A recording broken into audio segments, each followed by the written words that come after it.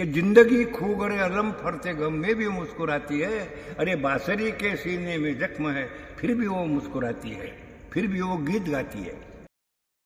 दिसत नसलं म्हणून काय झालं, तिने जगाला यशाची झुंजार कहाणी लिहून दाखवली आहे. कुटुंब नसलं म्हणून काय झालं, तिने अनेकांचा आसरा बनण्याचं तिचं स्वप्न पूर्ण करून दाखवलंय. बेवारच अंध मुलगी जर MPC होऊ शकते तर डोळे नसूनही डोळ्याची पारणं फेडणारं दैदिप्यमान यश मालाने मिळवून दाखवलंय. मालाने कमावून दाखवलंय. राज्यातली सगळ्यात कठीण आणि लाखो तरुणांच्या आयुष्याला कलाटणी देणारी परीक्षा जळगावच्या रेल्वे स्टेशनवर बेवारस आढळलेल्या एका अंध आणि अनाथ मुलीने स्वतःच्या नावावर केली आहे. भारताच्या दिव्यांगांच्या पुनर्वसनामध्ये हा मैलाचा दगड आहे. जन्माला आलेली मुलगी अंध आहे म्हणून जन्मदात्या आईवडिलांनी 20 वर्षांपूर्वी एका मुलीला जळगावच्या रेल्वे स्टेशनवर सोडून दिलं. लेक दृष्टीहीन आहे म्हणून आईवडिलांनी ज्या लेकीला रेल्वे स्टेशनवर सोडलं होतं तीच लेक आज MPSC परीक्षा पास होऊन अधिकारी बनली आहे. तिला दृष्टी नव्हती पण आयुष्याकडे पाहण्याचा तिचा दृष्टिकोन कमालीचा होता. तिला आपलं म्हणावं असं रक्ताचं कुणीच नव्हतं पण तिच्या रक्तात स्वतःला सिद्ध करण्याची जिद्द होती. मालाने महाराष्ट्र लोकसेवा आयोगाची परीक्षा उत्तीर्ण होऊन इतिहास घडवलाय. महाराष्ट्रच नव्हे तर संपूर्ण भारताच्या इतिहासामधील ही एकमेव घटना आहे. आज मला जो आनंद होत आहे ते मला शब्दांनी सांगता येणार नाही ना. हा माझ्या आनंदाने पूर्ण हिंदुस्थानच्या विकलांग लोकांनी आनंद केला पाहिजे. आनंदाला उत्सव पूर्ण हा आनंद साजरा केला पाहिजे. काही एक दिव्यांग बेवारस मुलगी स्वतःच्या पायावर उभं राहते. आता मी जे काही मला सहकार्य करायचं आहे लहानपणापासून तिला मी सहकार्य शिक्षणाचं दिलेलं आहे. कोणत्याही तऱ्हेचा तिने मला त्रास दिला नाही आणि स्वतःच्या कर्तृत्वाने ते शिक्षण घेत बसली. 10 घंटे ती अभ्यास करत होती आणि त्या कारणाने तिला हे फळ मिळालं. 20 वर्षांपूर्वी ज्या मालाला कुटुंबियांनी रेल्वे स्टेशनवर सोडलं त्याच मालाला पोलिसांनी अमरावतीच्या शंकर बाबा पापळकर यांच्या सुपूर्द केलं. शेकडो अनाथांना आसरा देणाऱ्या शंकर बाबांना नुकतंच भारत सरकारनेही पद्मश्री पुरस्काराने सन्मानित केलंय. याच शंकर बाबांनी मालाचं संगोपन केलं, तिला आसरा दिला, स्वतःचं नाव दिलं, नवी ओळख दिली आणि जगण्यासाठीची दिशाही दाखवली. लहानपणापासूनचं शिक्षण चिखलदरा इथे झालं आणि 8 ते 12चं शिक्षण गर्ल्स हायस्कूल पडतवाडा इथे झालं. त्यानं फायनलपर्यंतचं शिक्षण माझं MA कॉलेज अमरावती इथे झालं. माझी लहानपणापासूनच इच्छा होती की मी MPSC कडून मोठी MPSC एक्झाम देऊन मोठे अधिकारी बनावं.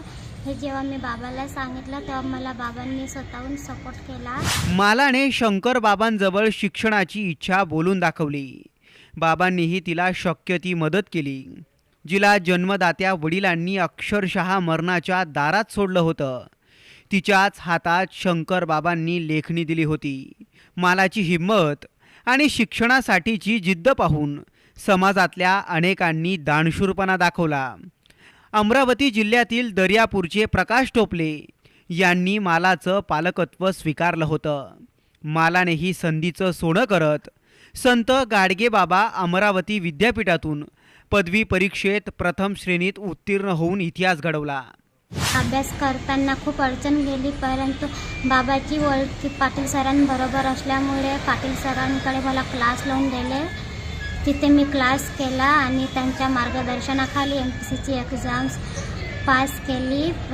फर्स्ट इयर ते फायनलचं पूर्ण शिक्षणाची जबाबदारी प्रकाश टोपले सर यांनी घेतली होती. त्यांनी मला फायनलपर्यंत शिक्षणासाठी मदत केली, अभ्यासासाठी मदत केली. आपल्याला केलेल्या मदतीची जाण ठेवत मालाने इतिहास घडून दाखवला. किती मोठी घटना आहे ही, प्रेरणादायी घटना आहे. म्हणून आज 18 वर्षानंतर हे मुलं रिमांडच्या बालगृहाच्या बाहेर जातात. कुठे जातात? 18 वर्षानंतर ज्या मुलांना बाहेर काढून दिलं असतं, गांधारी, माला, अधिक माझी जे 123 मुलं आहे ते कुठे गेले असते? कोणी वागवलं नसतं. तर मी हे वज्झर मॉडेलच्या दृष्टिकोनातून हे घडवलेलं आहे.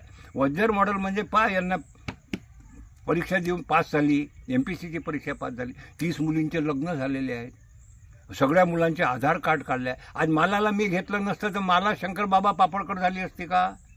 गांधारी शंकरबाबा पापडकर झाली असती का? सन्मानानं ते आपल्या बापाचं नाव घेतात ना, आणि सन्मानानं आज या ठिकाणी सचिवालयामध्ये राहील. हा क्षण महाराष्ट्राच्या दिव्यांगाच्या इतिहासामध्ये स्वर्ण अक्षराने लिहिला जाईल एवढंच म्हणतो. म्हणून वज्झर मॉडेलच्या माध्यमातून 18 वर्षावरील बेवारस मुलांना, दिव्यांग मुलांना आजीवन रिमांडमध्ये बालगृहामध्ये राहू द्यावे असा भारत सरकारने कायदा करावा, आणि ते करतील याची खात्री आहे. आणि म्हणून मी खूप आनंदित आहे आज. मालाने माला आणि मालासारख्या कित्येकांना अशक्य वाटणारं स्वप्न पूर्ण करून दाखवलं.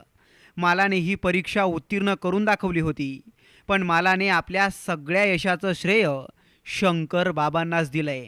लहानपणापासूनच इच्छा होती की मी MPSC कडून मोठी MPSC एक्झाम देऊन मोठे अधिकारी बनावं. हे जेव्हा मी बाबाला सांगितलं तेव्हा मला बाबांनी स्वतःहून सपोर्ट केला. आणि आपल्याकडे पुरेशा सुखसुविधा नाही आहेत, म्हणून परिस्थितीला दोष देत बसणाऱ्यांसाठी माला एक ज्वलंत उदाहरण आहे. लेक दिव्यांग आहे म्हणून तिला रेल्वे स्टेशनवर सोडून जाणाऱ्या आईवडिलांना मालाने एक सणसणीत चपराकस लावली आहे. मालाचा हा प्रवास खरोखरच थक्क करणारा आहे. मालाच्या जिद्दीला, तिला इथवर पोहोचवणाऱ्या शंकर बाबांना आणि मालासाठी मदतीला धावून जाणाऱ्या त्या कितीतरी लोकांना साम टीव्हीचा कडक सलाम. ब्युरो रिपोर्ट, साम टीव्ही न्यूज, अमरावती.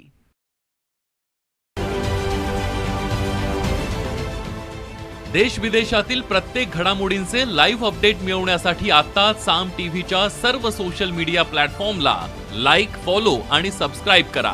तसंच सर्व नोटिफिकेशनसाठी बेल आयकॉन प्रेस करायला विसरू नका.